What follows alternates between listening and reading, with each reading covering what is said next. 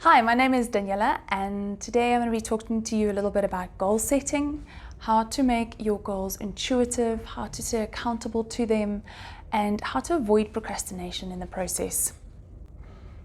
When we think of goals, I've put together a 4-step goal process, or a 4-step goal succession process, I'd rather call it, to help guide you making the most appropriate goals for yourself. The first is, do you have desire for this goal? Is it something that is intrinsically focused or extrinsically focused? Is it intrinsically motivated or extrinsically motivated? Where does the want and the need for this goal to come from? Then you're going to need to have a plan for yourself. You're going to need to have set up some short-term goals, some long-term goals, some process goals, some progress goals, and lastly, motivation. When we've answered those 4 questions, we want to actually put pen to paper and start setting out these goals. There's a couple of techniques you could use to set up goals that are SMART, like the ones I'm going to take you through today, except the SMART I'm going to take you through is a bit of a remix on the general SMART we all know and love. Firstly, you need a specific goal. What is it that you want to accomplish? If you can put a numerical value to it, what is it that you're wanting to do to accomplish? Is your goal not measurable, but meaningful? Why is it that you want to set this goal? What's motivating you? What is the background calling to this goal? Is it accountable? How do you stay accountable to it? What steps are you going to put in place to ensure that you stay accountable to this goal? Then instead of is it realistic, is it relevant to where you are in your life right now? Is this the right time for this goal? What action-based verb can you put towards this goal to make sure it's something that you can achieve? And then lastly, timely. Is there a specific time you want to achieve this goal by? Is there a time frame you've given yourself? Is it malleable? Can you change the time frame? Once we set up these goals and we've put pen to paper, we then follow a process of goals. The first is we set up the goals, we've got it, pen to paper, and they're SMART. Then we go into actually actioning these goals. We go into actioning the steps towards achieving these goals. The small progress goals are ticked off, and the long-term ones are reflected on. And then on a regular basis, we go through a review as well. Reviewing on what has been working, what hasn't been working. Is there maybe some tweaks that you need to do to set within your goals? And this cycle of set goal, action steps, and reviewing needs to happen 3 or 4 times within the goal setting process and the process of actually achieving that goal. This reason we're doing this is to avoid any terms of procrastination. No reason why you should be leaving the goal. You're constantly checking in with it.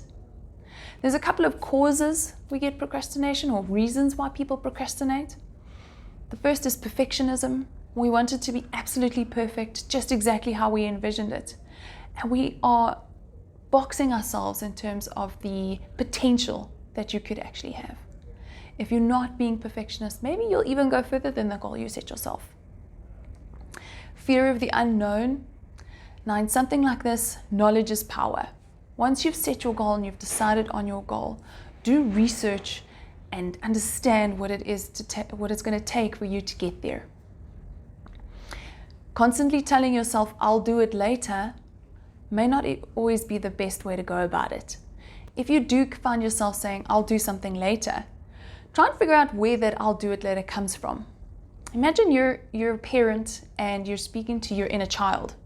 This I'll do it later, is it relevant or not?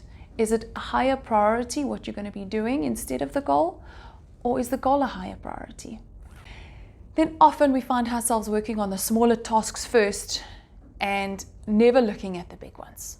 Now, I know there's a lot of research that says start small, and a lot of motivational speakers that say start small and then grow from there. All relevant, but make sure you've set out for yourself when you're going to move from small to big. When are you going to move from doing the small, mundane, easy tasks to challenging that huge mountain? And lastly, motivation. Why is it that you're doing this goal? If there's a lack of motivation, keep reminding yourself why you're doing it. Go back to where you reviewed your goals and make sure that your motivation is in there and reminding yourself of it. Then I'm going to leave you with a couple of things to keep in mind as you go through this goal setting progress to help you calm down into it and not make it look like such a daunting task. Firstly, be gentle with yourself. Make sure that your goals are set with intention. Take a step at a time, one thing at a time, one day at a time. Keep your knowledge up so that you are on top of it all the time. Keep checking in with yourself. Are these goals still working for you? Are you losing yourself in them? Are they growing you? Focus on what you're thinking about. Write those things down. Are there patterns to your thinking? Are there tweaks you could make to your day-to-day life to change those for the better? Never lose your sense of wonder. Life is so short, and being able to set goals like this should be something so amazing. You have to fall to get up. Make sure every time you do skip a goal or you mess up on a goal, that you get up from it. Remember, your only limit is yourself. Your possibilities are endless. And lastly, life goes by so quickly. So live it to the fullest. Have something to leave behind. Thank you.